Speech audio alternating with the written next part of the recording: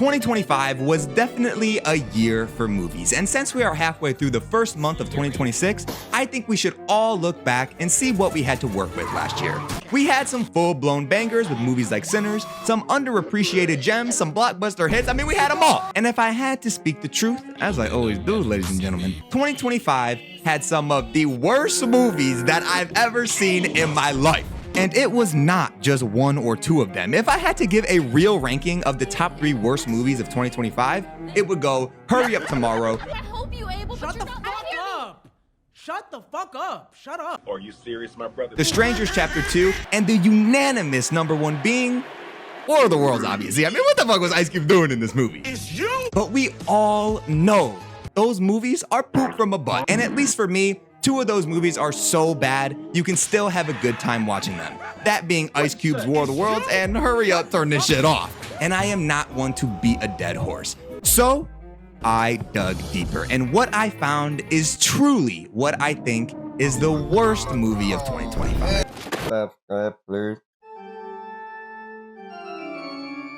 We start out in the year 1990, before the war, ladies and gentlemen, and we see a family, including Millie Bobby Brown, known for her spectacular work in Stranger Things, and yeah, watching this little dude who's doing quick math in what looks like a college room. He starts flexing his intellect as he finishes the test that took Einstein a whole 3 days. While they talk about Albert, they accidentally bump into a soldier who is very upset. His smoothie dropped on the ground and starts flaming bro's spit, saying that he needs to join humanity's side because war is coming. This leads bro to saying he isn't even sure if he wants to go to college because he is not ready for all of that. 11 makes a point on how his brain is the most important yet annoying thing in her life. And for $320 million, you think they'd be able to dub her voice a little bit correctly? I mean, watch this, watch this. Annoying thing in my life.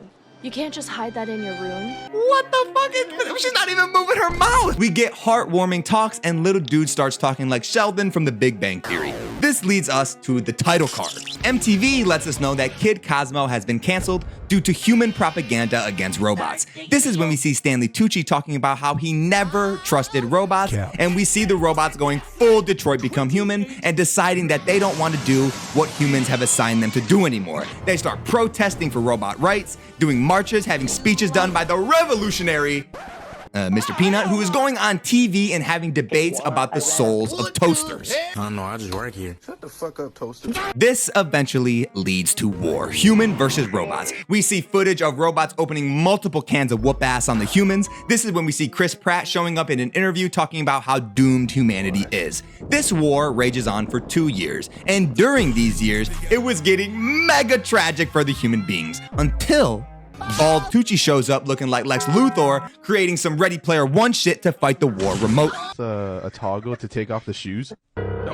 This turns the tide of the war in just a few short weeks. Humanity regained control and defeated the bots, forcing Mr. Peanut to sign a peace treaty with the president. Most of the bots have become exiled to the exclusion zone as Tucci makes his product that won the war commercial. They really playing into that Ready Player One shit in this movie. Pretty neat. As stations of the Center Network are located literally everywhere. This takes us all the way to 1994, after the war, ladies and gentlefish, where we are once again greeted with that same family. But shit has obviously hit the fan because Millie is on house arrest, and it is revealed that she is in foster care inside of this dude, Ted's house. She's been in and out of foster care, so I can only assume that her parents are dead Chachino, and we aren't sure where Sheldon Jr. is. She bikes to school as everyone puts on their caster, and she is a very anti-robot, refusing to not live in reality. This sends her to the principal's office where our suspicions are confirmed. Michelle's whole family is dead. That's unlucky, and it wasn't even from the war.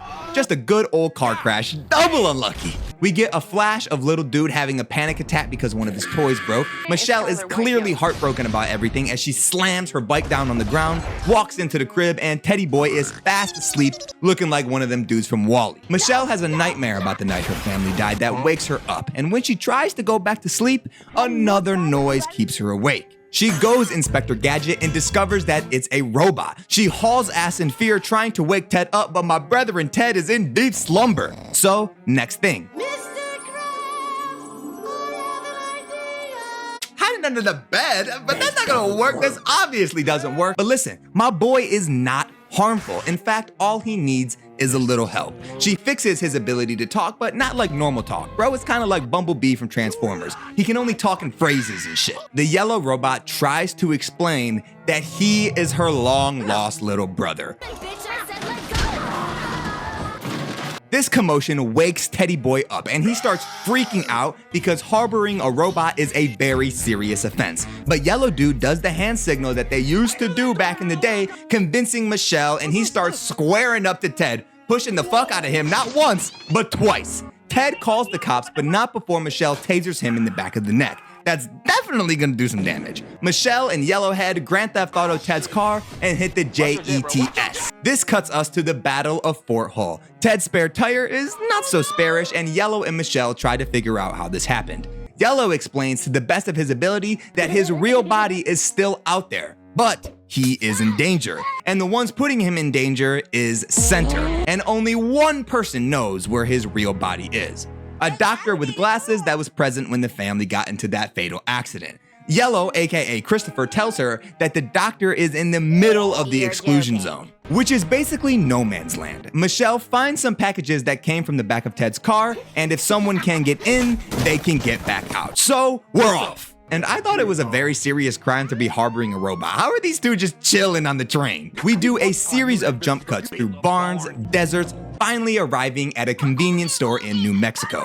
Chris puts a blanket on this homeless man who is knee-deep in some XBDs, 1000%, but gets interrupted by a new 2U semi-truck. This truck is driven by Chris Pratt, who used to be a soldier, as we saw earlier. There are some illegal exchange of goods going down because Star-Lord is pushing off weapons to this fake-ass Terminator-looking motherfucker. But the price is too steep for this dude. Terminator turns the barrel onto Chris Pratt because he definitely ain't paying $15K for this old-ass gun. Fortunately, Peter Quill has a backup plan. Like Michelle, Homie is also harboring a robot who can actually speak in full sentences. Michelle and Chris hop on board in secret, and now we are back at Ted's car that they stole, as Gus Fring is doing some detective work. You know, for a movie with a $320 million budget, you would think these things wouldn't look like Mr. House from Fallout New Vegas, but hey, y'all know Netflix.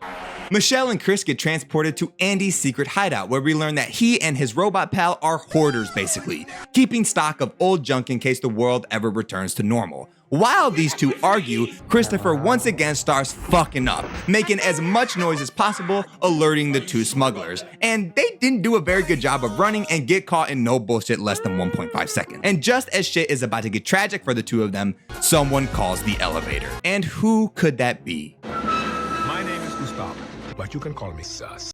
How did he get here this fast though? Once again, these people did not graduate from Hide and Seek 101 because they get spotted in less than 3 seconds. Gus wastes no time putting belt to ass on everyone in this hideout. Star-Lord gets popped, Mr. Fring starts blasting without warning, even shooting the fuck out of this fish. With some help from this dude, Gustavo is stopped in his tracks, and all 4 of them escape to the X.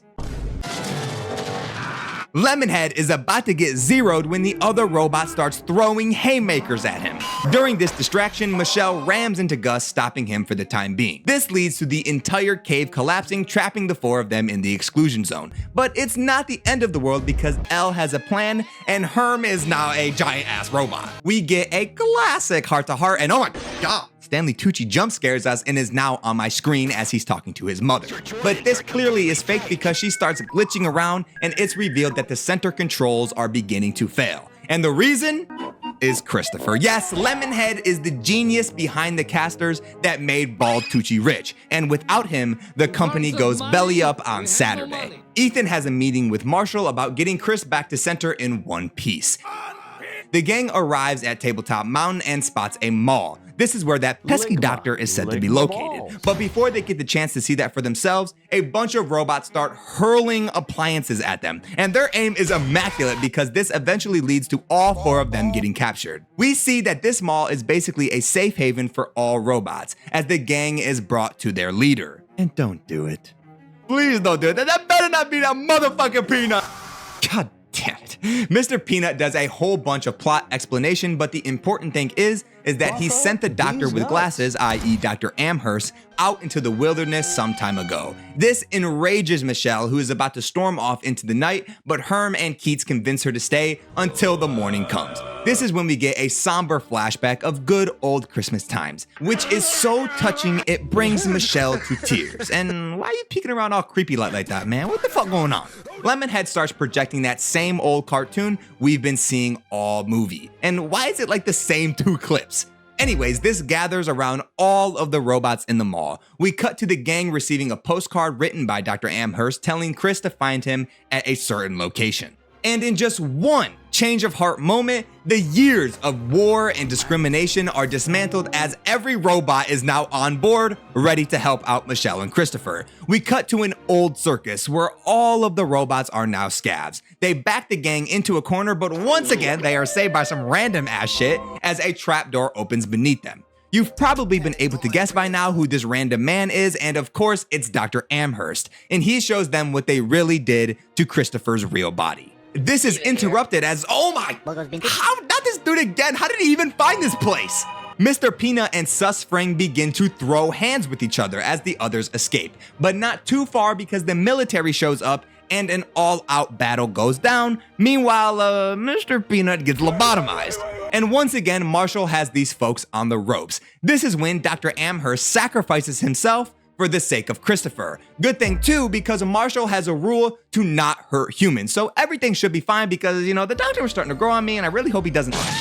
Damn. We are now in Seattle where Robot Chris is face to face with Human Chris, who they have posted up like Captain America. Marshall and Ethan share some dialogue where Marshall does not agree with the methods used by Mr. Tucci, and his only response to this is, who cares? Classic. Michelle seems to have given up on the search for her brother, but after a juicy little heart-to-heart, we are back on the wagon. We cut to the inside of Center where Herm launches a car at the window, and Here we go. Michelle sneaks in as the commotion draws everyone's attention. This battle gives Michelle enough time to reach Chris America.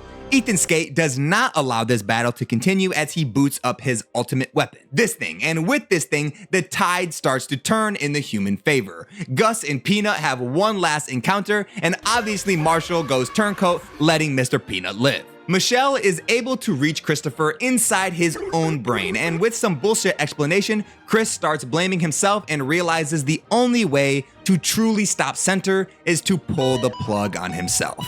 Mr. Peanut confronts Ethan as Herm dies, and Michelle fulfills Christopher's wish and pulls the plug on her own brother. This crashes Center, and Keats starts professing his love for Herm. I love you, Herm.